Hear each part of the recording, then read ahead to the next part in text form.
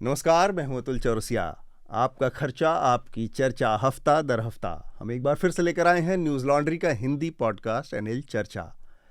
चर्चा में इस हफ्ते कई सारी चीज़ें हैं जिन पर हम बातचीत करेंगे, उनके बारे में मैं आपको जानकारी दूं उससे पहले सबसे महत्वपूर्ण बात यह है कि जो हमारे साथ मेहमान जुड़े हैं उनके बारे में मैं परिचय दे दूं उनका। तो हमारे साथ स्मिता जुड़ी हैं। आप स्मिता को से लगातार चर्चा में जुड़ते रहते हैं ऑल्टरनेट वीक्स पे। स्वागत है स्मिता आपका। Thank you Atul. पिछले कुछ हफ्तों से जुड़ नहीं पाई हूँ, उसके लिए माफ़ी। बहुत ज़्यादा ट्रैवल हो रहा था आजकल। पढ़ाने की ज़िम्मेदारी है बच्चों को, तो पढ़ाने का मतलब होता है कि खुद भी होमवर्क बहुत सारा करना पड़ता है। क्या बात है, आप अगली पीढ़ी तैयार कर रही हैं देश में पत्रकारों की। कोशिश जारी है। तो मतलब ऐसा हम उम्मीद कर सकते हैं कि जो टेलीविज़न की अभी दुर्गति है पत्रकारिता की, तो आगे आने वाला मामला ठीक-ठाक होगा? नहीं, एक्चुअली अब जो मैं कोशिश कर रही हूँ ना अतुल, अब मैं जर्नलिज़्म के छात्रों को नहीं पढ़ा रही हूँ, मैं पब्लिक अच्छा। पॉलिसी के छात्रों को पढ़ा रही हूँ। जो लोग पॉलिसी आगे जाकर बनाएँगे Kautilya school of public policy में, तो हाँ, उन हाँ। बच्चों को मैं समझा रही हूँ कि मीडिया की दुर्दशा क्यों है, क्या वजह है और क्यों एक सशक्त मीडिया की ज़रूरत है एक लोकतंत्र में। हो सकता है वो लोग आकर जो है कुछ भला कर दें हमारी इंडस्ट्री का। ठीक बात है। और इसके साथ ही हमारे साथ जुड़े हैं आदित्य मेनन। आदित्य इस समय द क्विंट से जुड़े हुए हैं, पॉलिटिकल एडिटर हैं। इसके अलावा पहले इंडिया टुडे ग्रुप के साथ रह चुके हैं, एनडीटीवी के साथ रह चुके हैं, और हम लोगों ने भी थोड़े समय के लिए साथ-साथ काम किया है कैच न्यूज़ में। स्वागत है आदित्य आपका भी। बहुत शुक्रिया। मैं पहली बार यहाँ आ रहा हूँ और बहुत मैं शुक्रगुजार हूँ अतुल सर का। तो और इसके अलावा हमारे साथ स्टूडियो में जुड़ेंगे हमारे आनंद वर्धन, हमारे स्तंभकार हैं, कॉलमनिस्ट हैं। थोड़ी देर में ट्रैफिक में कहीं फंसे हुए हैं, रास्ते में हैं, तो जैसे ही वो आएंगे चर्चा के बीच में जुड़ जाएंगे। तब तक हम लोग जो विषय हैं उसके बारे में एक बार मैं सुर्खियों के बारे में बता दूं और फिर हम इस चर्चा को आगे बढ़ाएंगे। एक दो जो अपील है उसके बारे में हम आपसे करना चाह रहे हैं कि एक तो हमारा एनएल सेना प्रोजेक्ट नया आने वाला है इलेक्शन से जुड़ा, और इसके अलावा हमारा एक और एनएल सेना प्रोजेक्ट है जो कि लीगल हमारे जो फंड है उससे जुड़ा है। तो इन दोनों को आप हमारी मदद कर सकते हैं। मैं जल्दी से जो विषय हैं, जो जो सुर्खियां रही हैं इस हफ्ते, उनके बारे में बता दूं तो इंदौर में एक बड़ी दुखद घटना हुई रामनवमी के मौके पर। वहाँ पर एक महादेव झूलेलाल टेम्पल है वहाँ, जिसकी छत गिर गई और उसमें अब तक जो जानकारी आई उसके मुताबिक करीब 35 लोगों की मौत हो गई है। एक बड़ी दुर्घटना हुई है ये। और वडोदरा से एक बड़ी खबर है। रामनवमी के मौके पर एक बार फिर से वहाँ पर सांप्रदायिक हिंसा की वारदात सामने आई है, जिसमें पथराव की कुछ घटनाएं सामने आई हैं। पुलिस ने अब तक 20 से ज़्यादा लोगों को वहाँ पर गिरफ्तार किया है। कई सारी एफआईआर दर्ज हुई हैं। इस मामले में भी और जानकारी आना बाकी है। राहुल गांधी से जुड़ा पिछला हफ्ता काफ़ी सुर्खियों में रहा। राहुल गांधी की पहले संसद की सदस्यता गई लोकसभा सचिवालय ने, और उसके बाद अब उनको जो उनका दिल्ली में सरकारी बंगला था उस बंगले को भी खाली करने का निर्देश मिला है उनको। लोकसभा हाउसिंग जो कमेटी है जो इस मामले को देखती है उसने नोटिस जारी किया है और 22 अप्रैल तक उनको अपना बंगला खाली करने का निर्देश दिया है। इस बीच में कर्नाटक के विधानसभा चुनावों की तारीख आ गई है। चुनाव आयोग ने एक चरण में पूरा मतदान करवाने का निर्णय किया है और 10 मई को वहाँ पर अब चुनाव होंगे और 13 मई को वहाँ पर चुनाव के नतीजे आएंगे। तो काफ़ी लोगों को बेसब्री से इस चुनाव का इंतज़ार है, क्योंकि ये जो चुनाव है ये ठीक लोकसभा चुनाव के ठीक पहले वाले साल में हो रहे हैं। तो इनके काफ़ी सारे नतीजे और इसके नतीजों का परिणाम उस पर माना जा रहा है कि पड़ेगा। प्रधानमंत्री नरेंद्र मोदी ने राहुल गांधी का जो पूरा घटनाक्रम हुआ, जिस तरह से उनकी संसद की सदस्यता गई मानहानि के मामले में और फिर उनको उनके बंगले को खाली करने का निर्देश हुआ, इसके बाद विपक्ष ने जिस तरह से उनके साथ एकता दिखाई या उनके समर्थन में बयान दिए, उसके बाद नरेंद्र मोदी ने विपक्ष के ऊपर काफ़ी कड़ा प्रहार किया है और उन्होंने एक कार्यक्रम में बोलते हुए कहा कि सारे के सारे भ्रष्टाचारी अब एक साथ एक मंच पर आ गए हैं। तो ये काफ़ी दिलचस्प है कि क्या ऐसा कुछ हो रहा है कि जो भारतीय जनता पार्टी और नरेंद्र मोदी के ख़िलाफ़ क्या ऐसा कोई वो बन रहा है 2024 से पहले गठजोड़, जो कि पूरे देश के विपक्ष को एक साथ ले आ पाएगा। हालांकि इसको लेकर बहुत सारे संदेह, बहुत सारी चीज़ें हैं। थोड़ा सा अगर मैं इस पे आदित्य और स्मिता एक कमेंट लेना चाहूँ आप लोगों से। ये कांग्रेस के लिहाज से बताया जा रहा है कि एक बड़ा काफ़ी हथियार हाथ लग गया है कि राहुल गांधी की सदस्यता जिस तरह से आनन फानन में खारिज की गई और फिर उनको निकालने का, उनको घर को खाली करने का निर्देश दिया, सब मिला जुला कर एक तरह से कांग्रेस को ठीक ठाक एक हथियार ऐसा कहा जा रहा है कि मिल गया। पर क्या इस घटना के जरिए, केवल इस घटना के इर्द गिर्द कोई ऐसा बड़ा सेंटिमेंट पैदा हो रहा होगा जो लोगों को कांग्रेस के फेवर में इकट्ठा कर सके, या फिर किसी ऐसे विपक्षी एकता की नींव बन सके कि सारा विपक्ष अब ये समझ जाए कि अगर वो राहुल गांधी के साथ ऐसा कर सकते हैं तो किसी भी और पार्टी के साथ ऐसा कर सकते हैं, किसी को जेल में भी डाल सकते हैं जैसा लालू यादव, या और तमाम कुछ मामलों में दिखा भी है कि उनके साथ जिस तरह का है। तो एक अंदर से संदेश जा रहा है कि ये सरकार किसी अलग अलग अलग अलग सबको कॉर्नर करके और कुछ भी कर सकती है। तो क्या इस डर से या क्या इस संदर्भ में कोई एक बड़ा विपक्ष का कोई अलायंस बनता हुआ नजर आ रहा है 2024 से पहले? आदित्य? सर, एक तो जाहिर है विपक्ष में खास तौर पर मनीष सिसोदिया के अरेस्ट के बाद और अब राहुल गांधी के कन्विक्शन और डिस्क्वालिफिकेशन के बाद विपक्ष में एक एक एहसास तो हो गया है काफी लीडर्स को कि ये लड़ाई उनके आपसी ईगो से अब बड़ी हो चुकी है। और ये जो मौजूदा सरकार है वो उनके टॉप लीडरशिप को भी टारगेट करने से पीछे नहीं हटने वाली। के कविता का के बारे में भी अटकलें लगाई जा रही हैं कि अब लिकर स्कैम में शायद अगला उनका नंबर लग सकता है। जी जी। तो ये खास तौर पे रीजनल पार्टीज में तो ये एक एहसास आ गया है। तो इसलिए हमने देखा कि राहुल गांधी का जब कन्विक्शन और डिस्क्वालिफिकेशन हुआ, अरविंद केजरीवाल ने काफी खुलकर राहुल गांधी के साथ सॉलिडेरिटी एक्सप्रेस की। केसीआर ने उनके पक्ष में बोला। तो ऐसी पार्टियां जो वैसे कांग्रेस के साथ एक कंपटीशन रखती हैं अपने अपने राज्यों में, लेकिन फिर भी इस मामले में वो कांग्रेस का साथ दे रही हैं क्योंकि उन्हें लगता है कि अगर इस वक्त अगर एकजुट नहीं हुए तो शायद इसके बाद कभी स्पेस बचेगी भी नहीं सियासत करने की। तो एक ये एहसास आ गया। अब इससे एक अलायंस बनता है प्री पोल, ये कहा नहीं जा सकता। काफी कुछ कांग्रेस पे भी निर्भर है क्योंकि कांग्रेस ने तेलंगाना में कविता के अरेस्ट की मांग की है और दिल्ली में उन्होंने मनीष सिसोदिया के अरेस्ट होने की तारीफ की थी कि उनका अरेस्ट किया गया। तो ये तो कांग्रेस पर काफी निर्भर है कि वो किस हद तक दूसरी पार्टियों के साथ अब कोऑपरेट करना चाहते हैं। ठीक बात है। स्मिता? कुछ और बात जो मैं जोड़ना चाहूंगी आदित्य से, देखिए इन्होंने जिन बातों का, जिन पार्टियों का जिक्र किया, जो बदलाव नजर आया इस पूरे मामले के बाद में, सबसे बड़ी यही बात है कि अभी तक लोग सिलेक्ट बेसिस पर बयान दे रहे थे। जब एक दूसरे के खिलाफ जो है कोई ईडी की रेड हो रही हो, आईटी की रेड हो रही हो, कांग्रेस जो है, जब कांग्रेस के नेता, गांधी परिवार के नेता जब आपके समन किए जा रहे थे एजेंसी द्वारा, तो दूसरी पार्टियां उस पर टिप्पणी नहीं कर रही थी।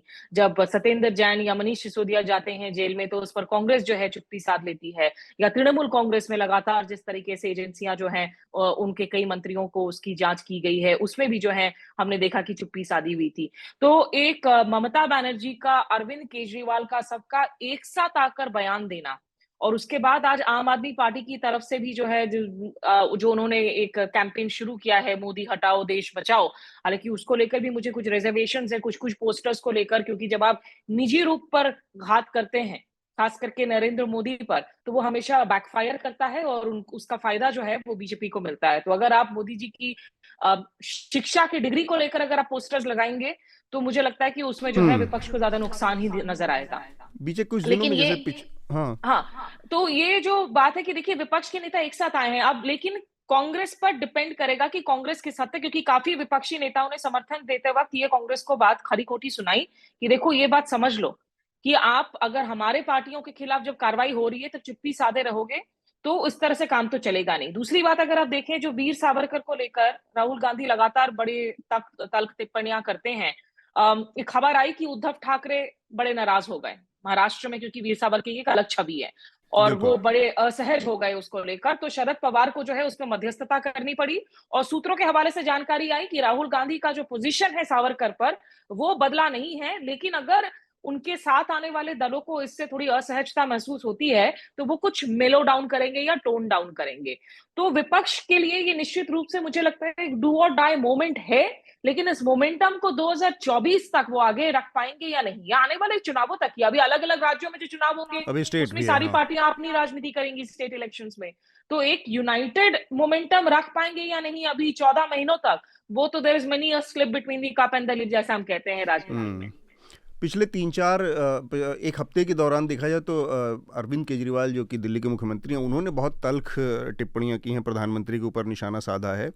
और हालांकि उन्होंने बहुत सुरक्षित तरीके से असेंबली के भीतर ये सारे बयान दिए हैं। और एक चीज़ को जो उन्होंने मुद्दा बनाया, हालांकि उस थिएट्रिक्स से अलग हटकर देखे तो जो मुद्दे हैं वो कुछ मुद्दे बहुत साफ और बहुत वाजिब मुद्दे हैं अरविंद केजरीवाल की उसमें, कि मसलन अडानी के साथ जो संबंधों की बात है, कि जो जैसे उन्होंने कहा कि भाई आमतौर पर एक आदमी की जब टेंटेड हो जाता है, बदनाम हो जाता है, तो उससे दूरी कर लेती हैं पार्टियां, नेता और सारे लोग। लेकिन अरविंद केजरीवाल के मुताबिक अडानी के मुद्दे पर मोदी ऐसा नहीं कर रहे हैं अभी तक भी, और ना तो वो उस तरह से। तो एक तरह के मुद्दे जो हैं उन्होंने बहुत उस तरह के उठाए हैं, वो बहुत वाजिब मुद्दे हैं, लेकिन वो एक टाइम के बाद जाकर काउंटर प्रोडक्टिव हो सकते हैं, जिस तरह से उनके पढ़ाई लिखाई को मुद्दा बनाया जा रहा है कि वो अनपढ़ है, ये वो। क्योंकि एक बार ये चीज़ें, क्लास का मुद्दा अक्सर मोदी के फेवर में जाता है। जब नोटबंदी को भी अगर देखें तो उन्होंने उस मुद्दे को जो भुनाने में सबसे बड़ा उनका हथियार रहा, मुझे लगता है कि हम जब रेट्रोस्पेक्ट में देखते हैं तो वो वही मुद्दा था कि जो अमीर और गरीब का उन्होंने नैरेटिव बनाया कि कैसे सबको मैंने लाइन में लगा दिया, और वो फिर लोगों को अपील करता है। तो पढ़ाई जैसी चीज़ें या इस तरह की चीज़ें एक गरीब आदमी के लिहाज से कहते हैं कि हाँ हमने पढ़ाई नहीं की, हम नहीं किया, तो उसको खेल सकते हैं। दूसरी बात यह है कि जो एक तो घर के बेदी लंका ढाई वाली भी जो बात है ना, अब कांग्रेस के अंदर एक दिग्विजय सिंह आकर हर दफा कोई ना कोई ऐसा बयान दे देते हैं जो सीधे तौर पर एमिनेशन बन जाता है। अब जर्मनी के अगर विदेश मंत्रालय के प्रवक्ता ने बयान दिया है कि हम देख रहे हैं मामला डेमोक्रेसी को लेकर, तो इसको सेलिब्रेट करने की जरूरत नहीं है ना एक राष्ट्रीय दल के तौर पर। आप ठीक है वो बयान है खबरों में, लेकिन आप उसको एक सेलिब्रिटी ट्वीट के तौर पर डालोगे तो ये इस वक्त जो इन्होंने पूरा नेशनलिज्म का एजेंडा बनाया हुआ है बीजेपी ने, वो उसके लिए तो मतलब सीधे वॉकिंग ट्रैप है। और वही हुआ भी, तुरंत अनुराग दिग्विजय सिंह ठाकुर के से बारे लेकर हर में किसी ने निशाना साध दिया। दिग्विजय सिंह के बारे में कहा जाता है कि उन्होंने लग रहा है बयाना ले लिया है कांग्रेस को बाहर रखने का सत्ता से हमेशा के लिए। या पता नहीं बयाना लिया है कि नहीं, लेकिन एक अनगाइडेड मिसाइल जरूर है। एक वरिष्ठ नेता है, अगर उनको मतलब थोड़ा तो सोच समझ कर जो है सामने बातें रखनी चाहिए। जल्दी से मैं कुछ और जो सुर्खियां उनकी बात कर लेते हैं। एक अतीक अहमद जो कि इलाहाबाद प्रयागराज जो के एक नेता भी रहे हैं, लोकसभा के सदस्य भी रहे हैं पहले, और माफिया हैं। उनकी पेशी हुई अदालत में प्रयागराज की, और उनको उम्र कैद की सज़ा सुनाई गई। और इसके ज़रिए ये कहा जा रहा है कि उत्तर प्रदेश या कम से कम इलाहाबाद और उसके आसपास के जो इलाके हैं उसमें भारतीय जनता पार्टी को एक बड़ी बढ़त मिल सकती है चुनावी नज़रिए से, क्योंकि अतीक अहमद एक चीज़ को रिप्रेजेंट करते हैं और वो भारतीय जनता पार्टी की जो कम्युनल पॉलिटिक्स है उसके अपोजिट खड़ी होती है। एक और सुर्खी है अमृतपाल सिंह से जुड़ी। अमृतपाल सिंह लगातार अभी भी 18 मार्च से जो उनकी फरारी शुरू हुई थी उसके बाद से वो लगातार जारी है। अमृतपाल सिंह के बारे में कोई ख़ास जानकारी अभी भी सुरक्षा एजेंसियों और पंजाब पुलिस के पास नहीं है। उनके छोटे छोटे बयान आ रहे हैं, और हाल फिलहाल में जो सबसे रिसेंट एक वीडियो का बयान उनका आया जिसमें उन्होंने सिख समागम बुलाने की बात का ऐलान किया है। और उन्होंने इस अपने ऊपर ये जो क्रैकडाउन हुआ है या पुलिस का जो ये पूरा कार्रवाई हुई है, इसको उन्होंने सिख समुदाय पर हमले के रूप में प्रचारित किया है, बताया है। तो इस पर हम थोड़ा सा बात करेंगे विस्तार से। सुर्खियां मैं जल्दी जल्दी पढ़ देता हूँ। बिल्किस बानो के मामले में सुप्रीम कोर्ट ने तल्ख टिप्पणी की है, और ये गुजरात के सरकार से ये बहुत तीखी टिप्पणी की है कि क्या ये जो रेमिशन का जो मामला है ये सबके ऊपर समान रूप से लागू होता है, या गुजरात में कोई अलग से कानून चल रहा है जिसके तहत कुछ लोगों को आप कंसीडर करते हैं और कुछ लोगों को जेल में सड़ने के लिए छोड़ देते हैं। और बहुत सारे जो इंडेक्स हैं अलग अलग टाइम पर आते रहते हैं। कभी पत्रकारिता का इंडेक्स आता है, कभी हैप्पीनेस इंडेक्स आता है, उसमें भारत की स्थिति हमेशा नीचे से टॉप वाली पोजीशन में रहती है। नीचे के 15-20 पोजीशंस में कॉम्पीट करती है, उसी तरह से भारत के जो पासपोर्ट की जो छवि है या उसकी जो अहमियत है वो भी कम हुई है। और 199 देशों की लिस्ट में भारत का जो पासपोर्ट है वो 144वें स्थान पर आया है। तो ये भी एक बड़ी हालांकि सरकार के नज़रिए से देखें तो अनुराग ठाकुर के पास इसका बहुत सीधा साधा सा जवाब है कि वो इन चीज़ों को सब्सक्राइब नहीं करते हैं, तो इसलिए कुछ भी कहें इनसे कोई फ़र्क पड़ता नहीं है। नहीं, इसमें शायद थोड़ा सा असर अतुल जो ईयू की पोस्ट ब्रेक्सिट और पोस्ट कोविड वीजा रिस्ट्रिक्शंस वगैरह है उसका भी असर पड़ा है on a lot of nations. और Donald Trump become first ex US president to be criminally charged, इनका मामला चल रहा है और सज़ा क्या होती है ये इसका इंतज़ार सबको है।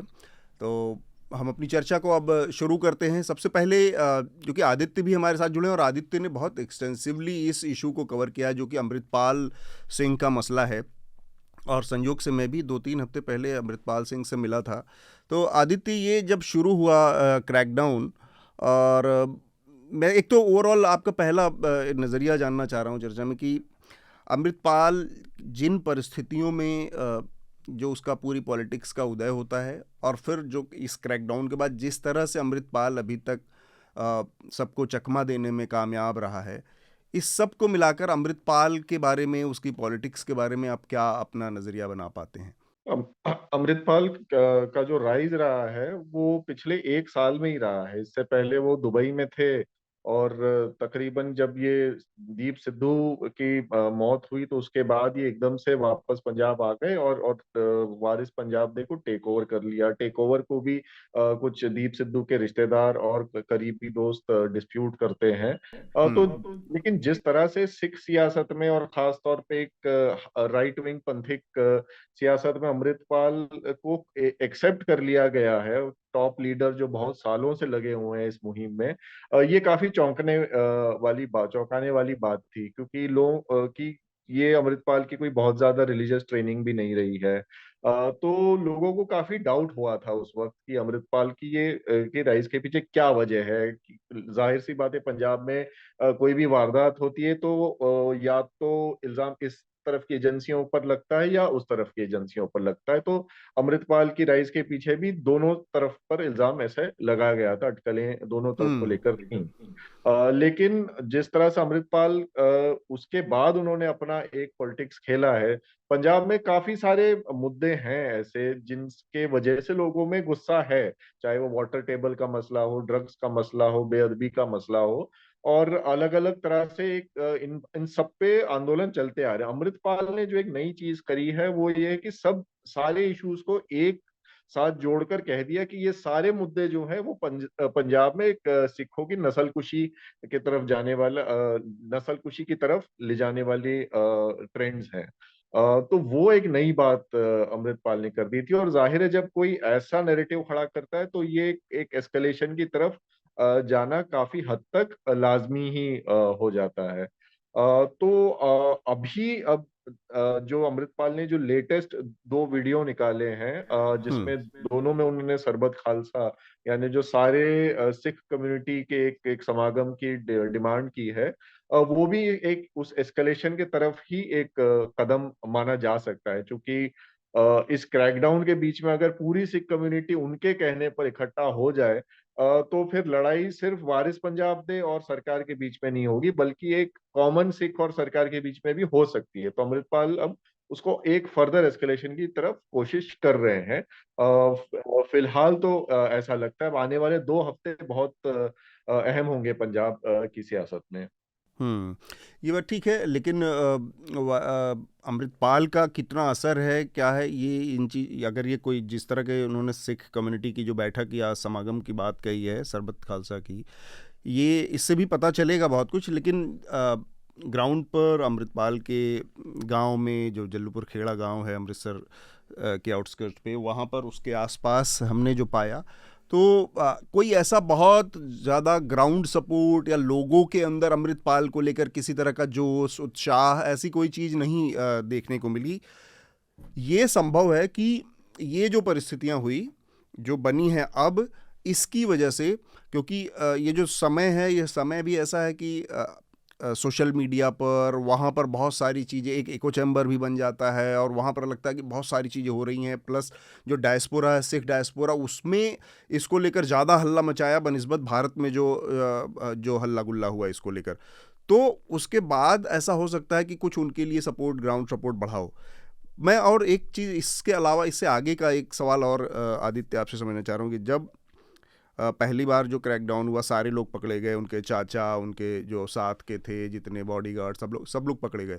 उसके बावजूद जिस तरह से ये चकमा देने में कामयाब रहा, इसमें एक तो इसमें अब तक क्या स्थिति है, कुछ आइडिया है कि कहाँ हो सकता है, कहाँ, और दूसरा ये कि क्या यह संभव है कि बिना किसी ग्राउंड सपोर्ट के, बिना किसी एक्सटर्नल उसके हैंड होल्डिंग के अमृतपाल इस तरह से चकमा दे पाता? जो पुलिस ने जितने भी अपडेट्स ऑन रिकॉर्ड दिए हैं, उनके हिसाब से अमृतपाल के मूवमेंट्स हम सिर्फ 20 तारीख की सुबह तक ट्रेस कर सकते हैं। तो वो जलूपुर खेड़ा से निकले, मेहतपुर पहुंचे, मेहतपुर से ये नंगल अंबिया गांव गए, नंगल अंबिया गांव से आगे वो बिलगा की तरफ, वहां से नदी पार करने की कोशिश की, उसके बाद वो पटियाला और फिर कुरुक्षेत्र, शाहबाद कुरुक्षेत्र में। तो इसके बियॉन्ड बाकी सारी जो रिपोर्ट्स आई हैं वो सब अनोनिमस लीक्स हैं, कि कोई कह रहा है वो दिल्ली में है, कोई कह रहा है वो तराई इलाके में छिपे हुए हैं, किसी ने कहा वो नेपाल में है, कोई कह रहा है वो राजा आईएसबीटी से साधु के भेष में बस पकड़कर हरियाणा राजस्थान की सरहद पर किसी गांव में उतर गए थे। फिर एक बीच में पुलिस की रेड हुई, पुलिस के सर्चेज हुए होशियारपुर जिले में। तो वहां वो कहा कि अमृतपाल वापस आ गए, और सेम ही लोग जो कह रहे थे अमृतपाल नेपाल में, कहने लगे कि नहीं नहीं जी वो तो होशियारपुर में।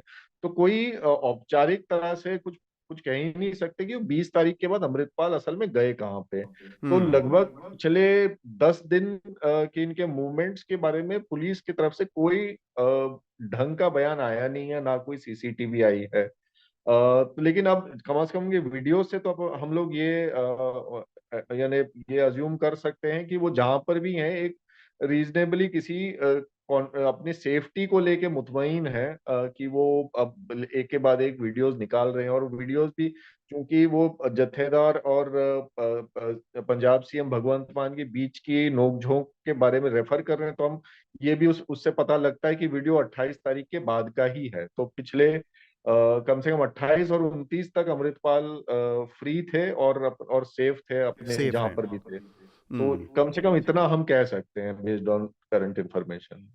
तो आनंद भी हमारे साथ जुड़ गए हैं और इस पूरे मसले को, जब से हमने बातचीत शुरू की अमृतपाल को, उसको तो समझ ही रहे हैं आनंद। ये जिस तरह से अमृतपाल सिंह का पूरा मसला आकार ले रहा है और अतीत में जो पंजाब का जो इतिहास रहा है उसको देखते हुए आप को क्या लगता है, ये मतलब किसी तरह का एक ऑर्केस्ट्रेटेड वो रचा जा रहा है जिसमें बहुत सारे प्लेयर्स इन्वॉल्व हैं और पंजाब को फिर से उस तरह की स्थिति का सामना करना पड़ सकता है? इसका मैं वर्स्ट केस सिनारियो की बात कर रहा हूँ कि उस तरफ जा सकता है जहाँ से 80s में पंजाब निकला है और अर्ली 90s में। मेरे ख्याल से अभी और उस समय में स्थितियों में काफ़ी फ़र्क है, और यह परिवर्तन सामाजिक और राजनीतिक तौर पे भी है, और कितना मोमेंटम इस तरह का कोई सब नेशनलिस्ट आंदोलन जो कि सेपरेटिज्म की ओर जा रहा है, तो वो कितना जनरेट कर सकता है अब उसमें, और पहले में दो अलग कालखंड हैं। तो अभी तो इसमें काफ़ी जो है तुलना करना काफ़ी कठिन है दोनों स्थितियों में। ठीक बात है। स्मिता, आपकी टिप्पणी? देखिए, इसमें कुछ चीजें हैं जिस पर का मैं जिक्र करना चाहूंगी अतुल। एक तो जो पुलिस चेस की बात है वो बहुत ही हास्यास्पद है। मतलब लग रहा है कि आप कोई टॉम एंड जेरी या पॉपाई का कॉमेडी शो देख रहे हैं। हर सुबह उठकर जो है पुलिस को सीसीटीवी फुटेज नजर आ जाता है कि वो क्या पहने हुए हैं, किस गाड़ी में जा रहे हैं, मोटर बाइक में जा रहे हैं, लेकिन वो कहाँ है वो नहीं पता। जो पूरी फहरिस्त सुनाई आदित्य ने, अब तो सूत्र ये भी बता रहे हैं कि शायद वो किसी गुरुद्वारे में पंजाब में ही जा रहे हो, तो इसलिए अब उनको भी अलर्ट पे कर दिया गया है। तो जाहिर सी बात है कि जो पंजाब की सरकार है, भगवंत मान की सरकार है, और पंजाब पुलिस है, दोनों की एक तरीके से बहुत ही बेइज्जती हो रखी है इस टॉम एंड जेरी के चेस में। देखिए, जहां तक इस खालिस्तानी सेंटिमेंट का सवाल है, विद द डिस्क्लेमर, मैं अभी हाल फिलहाल में पंजाब नहीं गई हूँ। पिछले पंजाब चुनावों के दौरान जो है मैं जरूर गई थी ग्राउंड पे।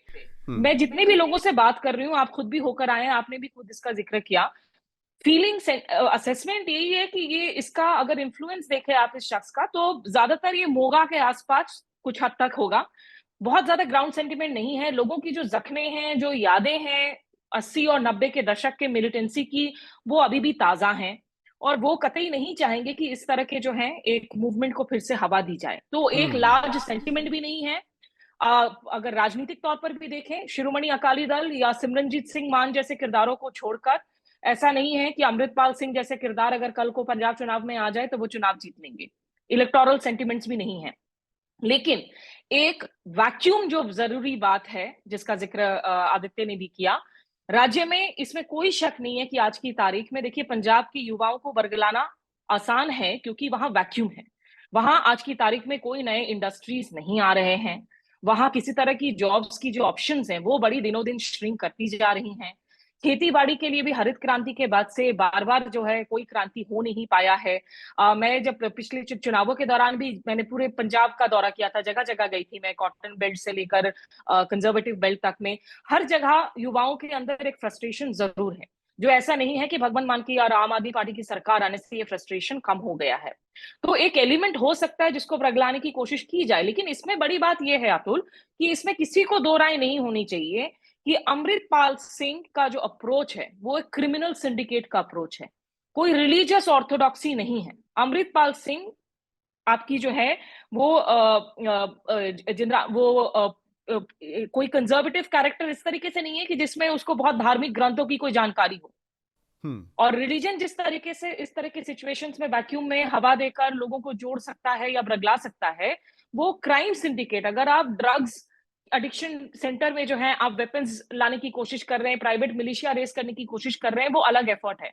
एक आर्टिकल है प्रवीण स्वामी की द प्रिंट में, जिसमें प्रोफाइल किया गया है। मुझे दिलचस्प लगा क्योंकि उसमें कुछ बातें थी जिसके बारे में मुझे जानकारी नहीं थी कि किस तरीके से बेसिकली जो कुलवंत सिंह भिंडरानवाले के साथ मिलने के बाद में all India state Sikh students federation के बड़े नेता बने, और उसके बाद उनके जो बेटे हैं अवतार सिंह लंदन में बैठे हुए, वो basically one of the social media mentors हैं अमृतपाल सिंह के।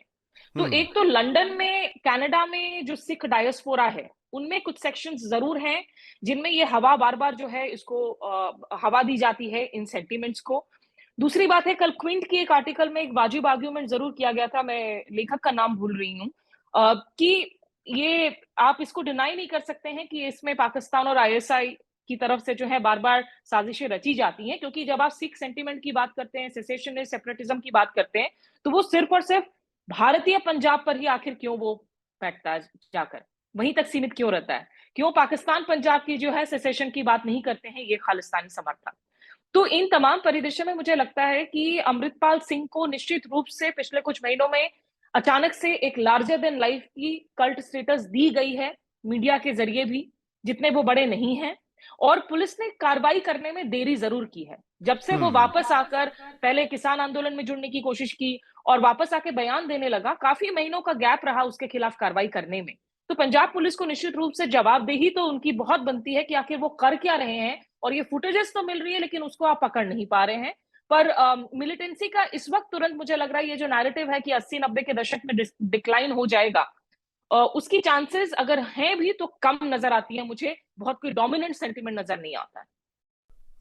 ठीक बात स्मिता। मुझे बस एक चीज़ कहना है कि हालांकि ये इसका कोई सबूत नहीं है, कोई इसका पुख्ता कोई प्रमाण नहीं दिया जा सकता, बस एक आकलन है कि ऐसा भी हो सकता है कि अमृतपाल को लेकर अलग अलग पॉलिटिकल इंटरेस्ट के बीच में भी कुछ खींचतान चल रही हो, और जिसकी वजह से एक पक्ष दूसरे पक्ष को नीचा दिखाने की भी दौड़ में शामिल हो। ये सब बहुत सारी चीज़ें हैं, तो उस वजह से भी वरना ये बहुत असंभव सी बात लगती है कि कोई आदमी 10-15 दिन तक इस तरह से फ्री घूम रहा है, उसके ट्रेस भी मिल रहे हैं लेकिन पकड़ा नहीं जा रहा है। तो वो ऑडियो वीडियो मैसेजेस भी जारी कर रहा है 48 घंटों से, तो लगातार ऑनलाइन भी जा रहा है। तो बहुत अलग अलग वेस्टेड इंटरेस्ट इसमें इन्वॉल्व हो सकते हैं। हम वीडियो का हिस्सा यहीं पर रोकेंगे, ये पॉडकास्ट जारी रहेगा। पूरा पॉडकास्ट सुनने के लिए आप अपने जिन भी पॉडकास्ट प्लेटफॉर्म पे सुनते हैं चर्चा को, वहाँ पर लॉगिन करें।